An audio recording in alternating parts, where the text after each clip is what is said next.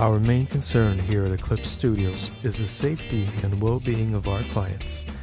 We will be following all healthcare protocols and medical guidelines throughout the remainder of the outbreak. This includes constantly sanitizing all areas and surfaces, disinfecting recording equipment after each use, and heavily promoting hand washing. We will also be asking all our clients to please comply with said medical guidelines for the safety of us all. Unfortunately, we will not be able to give access to anybody who is showing any type of symptoms. And guess what? We have enough toilet paper to go around.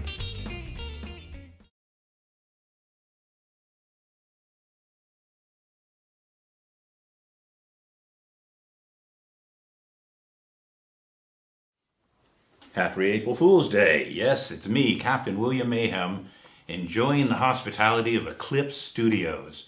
They've allowed me to come over and do just a little bit of work with you, showing you some magic while you're sitting at home in this time where we're all supposed to be safe and healthy. Speaking of safe and healthy, I know we're all standing there staring at a brick wall. It looks tough, but if we do what we're supposed to do, we can crash that brick wall. Crash right through it. And then even look through it to the other side, because I believe the other side is in good shape for all of us. And how about right now if I were to read your mind? Yes, mind reading, right here from Eclipse Studios. So, let's see if I can do that. What I'd like you to do is pick a number. Let's make it simple. Pick a number between 1 and 10. Any number you like between 1 and 10, but don't tell anybody. And if you're sitting there with your loved ones, don't share the number with them. Let them pick their own number. Now I have a few steps for you. It's going to require some math, but we're all doing that homeschooling thing together now, so here you go. Take that number that you have and multiply it by 2. Now you have a brand new number in your head. A brand new number, but I have another step for you. I'd like you to take that number now and add the number 8 to it. This gives you a completely brand new number in your head. But we're not done yet. I want you to take that number now and divide it by 2. Once you've divided it by 2, you have a completely brand new secret number in your head. But it's time to do one more step. Take the original number you started with and subtract it from that brand new secret number in your head. You now have a completely brand new secret number in your head. But we have to convert it now. Conversion time. I want you to take that number and figure out a letter in the alphabet with your number. So if your number was 2, you would have B. If it was 6, you would have F, and so on and so forth. I've made this card so that you can figure out what's going on. You now have a letter in your head. I want you to take that letter and think of any country in the world, any country at all. Keep that in your head, but I want you to do one more thing. I want you to go one step up in the alphabet and come up with a second letter. That second letter now, I want you to think of an animal. Any animal at all, think of an animal, and let's make it even harder. Think of the color of that animal. The color of that animal, the animal, and a country are now secretly embedded in your head. And all I want you to do is send that vibe to me. Think about it now. Think, because from all over Florida, in our viewing audience, everybody is now thinking of an animal, a color, and a country. And it's an impossibility. It could never happen, because most of you can't be thinking the same thing, but it seems that you are, because there are no such thing as gray elephants in Denmark. Did we do it? If we did, then you're amazed. Thank you very much for that. Let's try something a little different. Magic is all about using your hands, your brain, and your heart. But I have a magic trick that uses exactly my hands. We like to call it sleight of hand, and I'd like to share with you a quick sleight of hand trick using these 5 coins and my skull shot glass. Now watch very, very close. I will take 2 coins, 1 and 2, and place them in the left hand. I will take 3 of the other coins and place them in the right hand. You can see all three of them. As they're in the right hand, I give a little shake, a little nod, and guess what? Two of the coins are left alone, while the third coin jumps to the other side. Now you may not have seen it, so let me do it again a little slower. There's one, there's two, there's three coins in the hand, and two left for the right hand. Watch very close. 1, 2, 3. One coin doesn't make very much noise all by itself, but those four coins are all together. Here's the last step. 1, 2, 3, 4.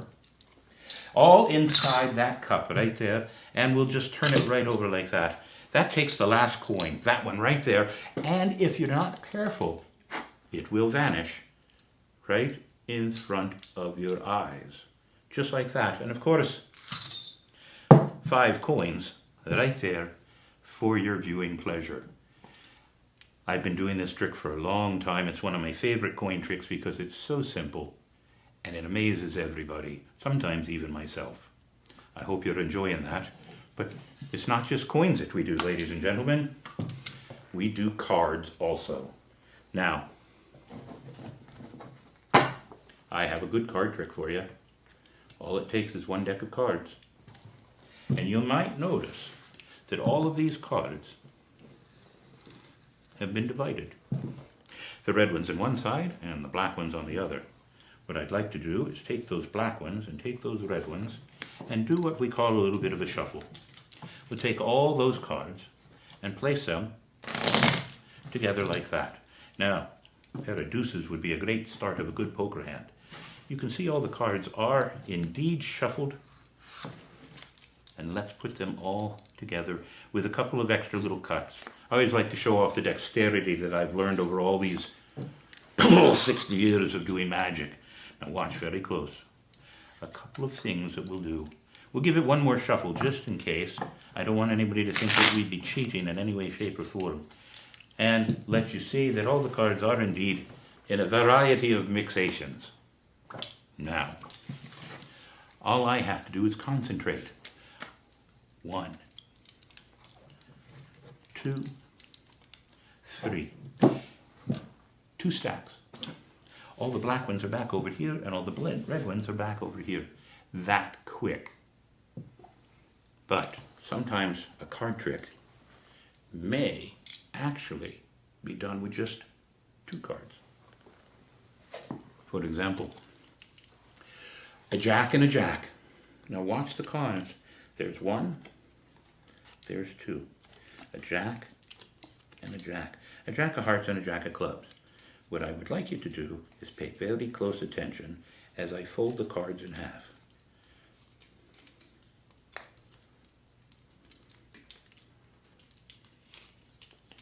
Now you'll notice that as they're folded in half, one card can slide through the other one quite easily, back and forth. But do notice this. Once the cards are in place, I am going to unfold the cards and let you see them as I do the trick. But you must pay attention to what I'm doing as I do the trick, as we fold it down, just like that. Now, sometimes we just have to manipulate the cards a little bit. And as we fold them together, we put them all in the hand, just like that, and remove all evidence that I ever had any cards whatsoever in my hand. I'd like everybody to think of a card. It won't happen that I can get everybody's card. I do have 52 cards here. But my cameraman is going to name out one card. He'll do it in a loud enough voice so you know that we're not playing any tricks for you. Now as I spread the cards out, he's to name a card. If you're ready, say any card loudly. 10 of hearts. 10 of hearts. Ladies and gentlemen, as we whip through the cards like that, spread out right in front of you, give it a couple of shuffles. The idea of being able to do any kind of a card trick means that you have to have a quick idea on doing the trick as fast as you can. Look at this, ladies and gentlemen, the 10 of hearts. Now, it reminds me that I should teach you how to do a good card trick, an easy card trick. What I want you to do is think you have any person take a card. Now this is a teacher trick just for you. You take any deck of cards, have somebody pull a card. It does not matter what the card is. Now I'm not going to look at it, but I will show you at home what that card is. There it is. What you're going to do is take the deck, place it on the table. Once the deck is placed on the table, square it up nice and easy, place their card on top of the deck, cut the cards over, spread the cards out, and try to figure out what their card is. All you have to do is think and look. Be observant. Because I know, because I never even looked at the card and know the cameraman's not helping me, your card was the Ace of Spades. Am I correct?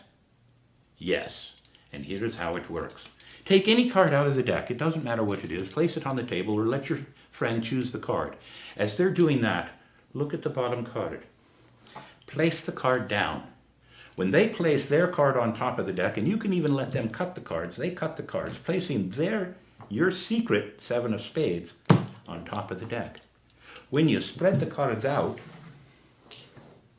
all you have to do is look for your secret card. And the one directly beneath the secret card, between you and the card that is, would be the chosen card. In this case, it was the Queen of Hearts. An easy trick for every one of you to do, but do make sure of one thing. If you're going to do this trick, make sure that every card is in the deck.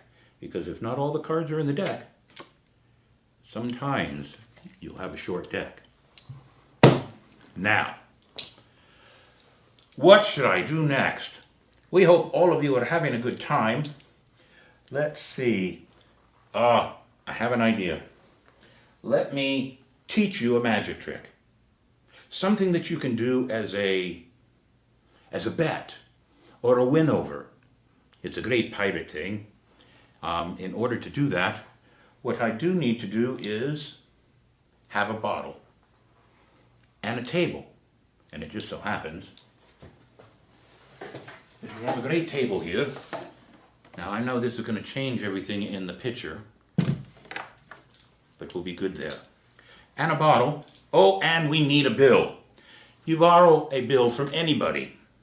Don't use your own bill.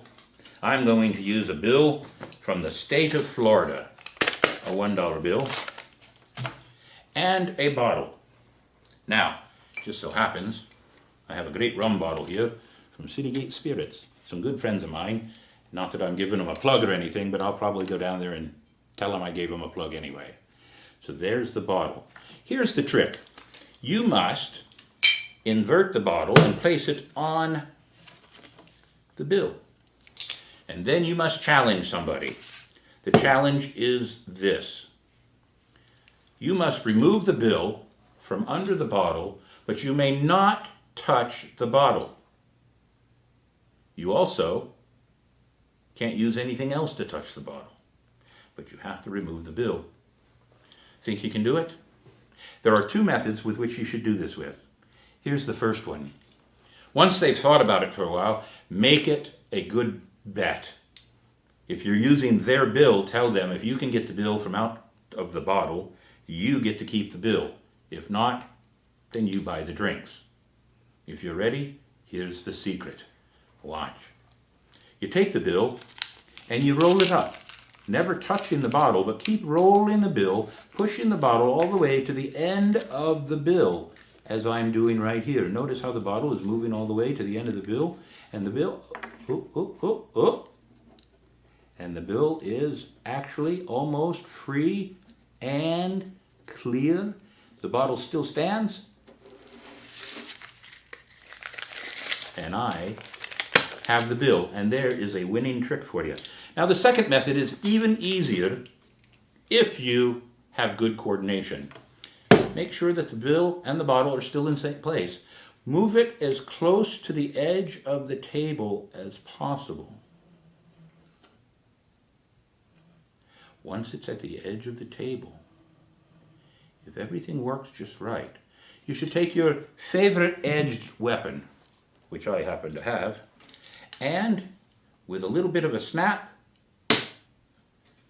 it might take two, you now have removed the bill. Now there's a scientific method to this. It's hard to explain, but if you were to just pull it out you would be pulling up or down. You can't control that. But if you snap the bill like that, you're actually pulling the bill at an exact 90-degree angle from the top of the table, removing it from the bottom of the bottle. There's my trick for you. Have a rum, stay safe. I've got a few other things to show you. Let me see what I've got in my old treasure chest over here as we prepare to do a couple more tricks. So I've shown you coins and I've shown you cards, two of the staples of any magician. Things that I've learned since I started doing magic when I was 8, 9, 10 years old, a very long time ago. Now here in St. Augustine, I'm still using coins and cards. But two of the other staples are silks. Now that's a brightly lit silk. You can see it everywhere you go, and it is one of the great colors of St. Augustine. But as I place it in my hand, you can tell that my favorite color is actually not yellow, but red. And as it goes through the hand once and comes out the other side, it goes back down into the hand one more time and down to the other side and all the way down into the hand, just like that. And there's still just a little bit of it left. We'll push it all the way down inside that hand right there. You can still see it right there. All the way down inside the hand, just like that. And it becomes a red one. Now, there's a little secret about this trick. It's kind of hard for you to tell, because if you're not paying attention, you have to see that right in the center of the red one, right in the center of the red one, is the yellow one. It happens that fast. So make sure that you're paying attention to both silks as it happens. Did I give away a secret? Maybe, but you try to handle it yourself. It does take a little bit of finesse. One of the other things that's more famous for magicians is rope tricks, and it just so happens I brought some rope here, and I thought I would do a rope trick for you, showing you the very first rope trick I ever learned using a piece of rope. Now all you have to do is take that piece of rope, find the two ends, just like that right there, bring the two ends together, find the center of the rope right there, bring the center of the rope up, just like that, and a pair of scissors. And give that center of the rope a cut. Now I always, when I was younger, liked to cut the rope out. Cutting the center of the rope out so that there was nothing left of the center of the rope, so that you had a piece of rope that had no center to it, and then the magic would happen that fast. If you watch very close, back together again it goes. Now that happens too fast for some people, and some people think, oh, there must be some trickery involved. I'm a magician, of course there is, but what if I were to take and cut it one more time, just like that, right there, right to the exact center. Now as a magician, I've never been very good at getting the exact center of the rope. I've always missed it just by a little bit every time, as you can see, by that much. But we can fix that. We just tie the rope together in a knot, just like that. Now, two pieces of rope tied together don't help you very much because that knot gets in the way of everything you're doing.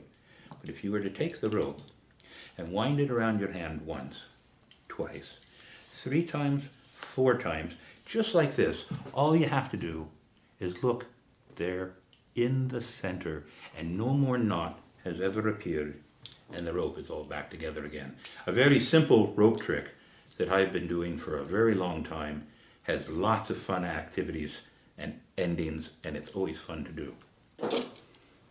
Money, you see me do with coins. How about I show you something that I've been lucky enough to do for a long time, even on camera. And we're going to take that chance now. In order for me to do this, though, I have to have a bill of any denomination. And since I'm in the studio by myself, and I don't have any bills on me, my friend over here, Mr. Bones, he does have a $10 bill. And I'm going to steal that $10 bill from him because it's now mine. He's just a stagehand anyway. Now I want you to watch very close. Very, very close. That bill right there is about to change right in front of your very eyes. Keep one eye on the bill, one eye on this hand, one eye on that hand. Never mind, don't worry about it, just watch. If you fold the bill in half once, it becomes the same shape it was just a moment ago. See, this is origami. Although it's now a square, not a rectangle. If I were to fold it in half again, now it becomes that same shape, a smaller rectangle, only a quarter of the size it was just a moment ago. But yet, we're going to fold it one more time and it goes back to being a square. A square right in front of your eyes, and one more time we fold it, and notice that I'll never cover it up in any way, shape or form. It's still right there at my fingertips. Haven't hidden it in any way. I'm going to do it right in front of your eyes as I unfold it. You'll see that a miraculous thing has actually taken place. It does change. Oh, look at that. $1,000. Boy, could we sure use that in a time like today. But this is play money. Well, not play money, historical money. I won't even say where it's from. But watch. 1, 2, 3, 4, 5, 6, 7, 8. And there it is, a $10 bill, just as it was just a moment ago. When I'm on stage and I do this trick, it's always fun to borrow a $100 bill and change it. It gets a good laugh from everybody but the person that gave me the 100. And then the last laugh of all is to say this is my favorite trick and place it all back in my pocket. Of course, that usually gets the guy that gave you the bill a little bit upset, so you bring it back out and say, you know, you've been such a nice guy.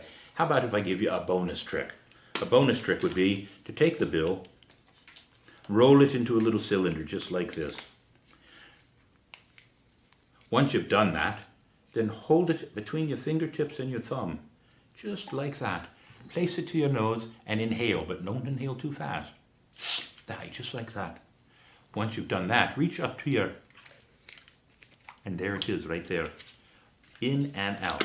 Now it's a teacher trick kind of a thing, so let me tell you how it actually works. You can do it with golf pencils, out on the golf course if you're doing badly. Do this to at least get some humor into your game. Or you can do it with crayons with the children around. It's always fun to teach them how to put things up their nose. That's not a good thing, never mind. Right. Once it's here though, the action is 2. This is the first action. Putting it against your nose like that and then releasing it with your finger and your thumb actually shoots it into your hand. It forces it into your hand like that. But you fulfill or complete that motion by moving your hand up the bill just like that. It actually looks like it shoots into your hand. It's actually right here. I know I shouldn't be teaching tricks, but hey, Penn and Teller can do it, so can I. There it is right there. Now, when you need to bring it out, you come back up with your lips and pull it right out to the side there. Another good thing that you can do too, if you don't want to involve your nose and your mouth, which we shouldn't be doing anyway, so don't be doing that, you can always use your ear. Not sure that's much better, but still, ladies and gentlemen, in your ear, out your mouth, there's the trick. And you've now learned a second magic trick for this evening on April Fool's Day.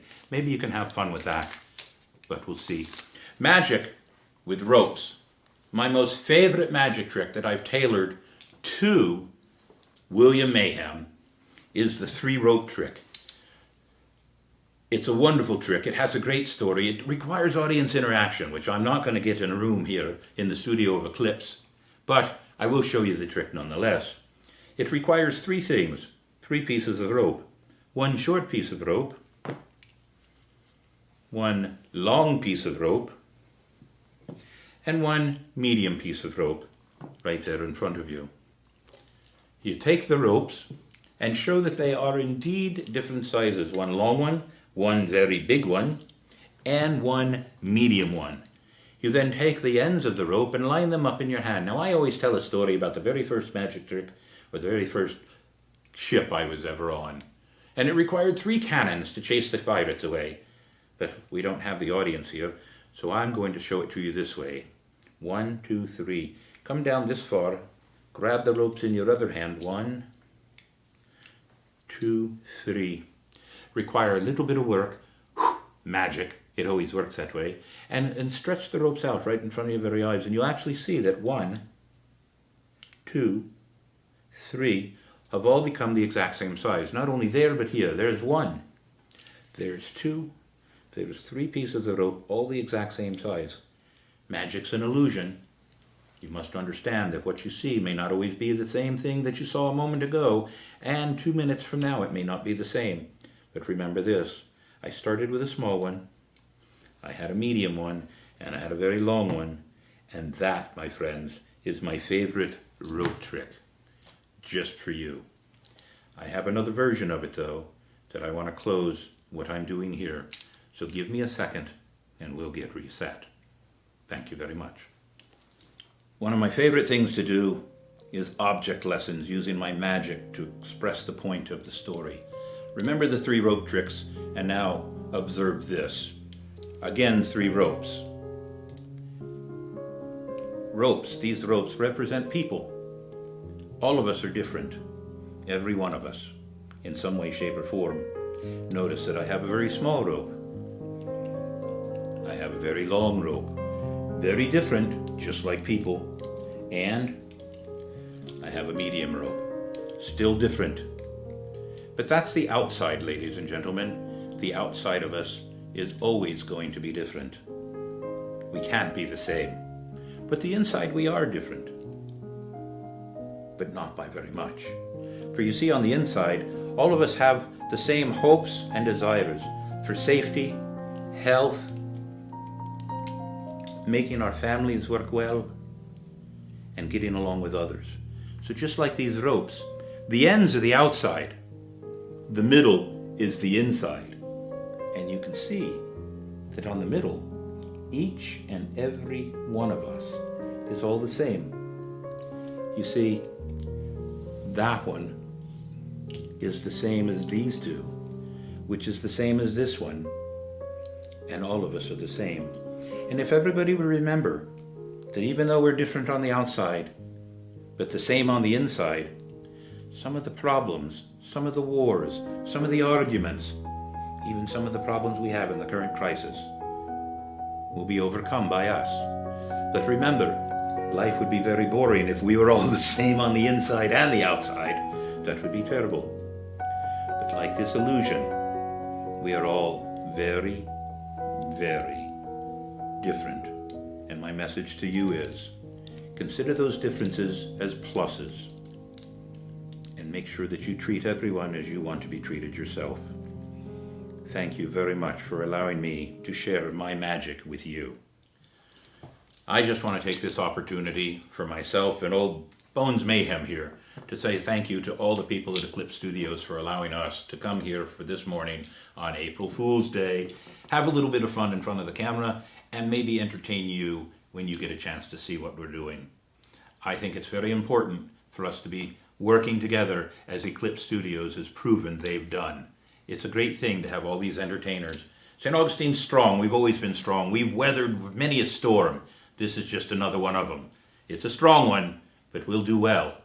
If you want to find out more about what I'm doing, you can find me down at the St. Augustine Pirate and Treasure Museum when we open back up, doing tours for all the school kids all over Florida, and on the weekends doing public tours for you and all your friends that come to visit. You can find me also on Facebook. Look for Captain William Mayhem. That's my fan page, and I'm always interested in hearing what all you have to say about the magic that I do. Keep in mind that January 2021, I will be doing Old City Pirate Fest for its 5th year. I am looking so much forward to that. It will be a good time. Again, stay strong, stay healthy, stay home. But when the time comes, make sure you're out there supporting the bars, the restaurants, the industry of St. Augustine. It's all about tourism. It's all about a good time. It's all about a good life. Thank you very, very much. I signing off.